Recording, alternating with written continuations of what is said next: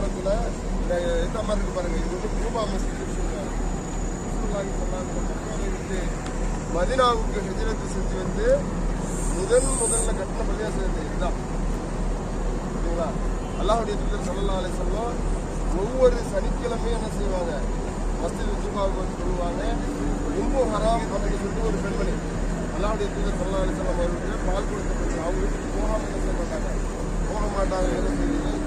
இன்னொரு சிறப்பு என்னன்னு சொன்னா, ரசூலுல்லாஹி ஸல்லல்லாஹு அலைஹி வஸல்லம் அவர்கள் சஹாபாக்களும் இந்த குபா பள்ளிவாசல்ல சுபஹ் சொல்லி கொண்டிருக்கும் பொழுது என்ன செய்றாங்க, அந்த கிபிலா மாற்றமான செய்தி ஆரம்பத்தில் பார்த்தீங்கன்னு சொன்னால் உங்களுக்கு பள்ளிவாசல் தனியாக இருக்காங்க. அது சொல்லுவோம் சார்ல நான் முத பைக்கு பக்கம் திசை நோக்கி கொண்டு இருந்தாங்க.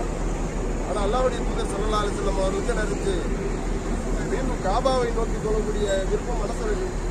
அது அல்லாஹ் ஏற்றுக்கொண்டு மீண்டும் காபாவை நோக்கி நீங்கள் தொழுங்கன்னு அந்த சட்டம்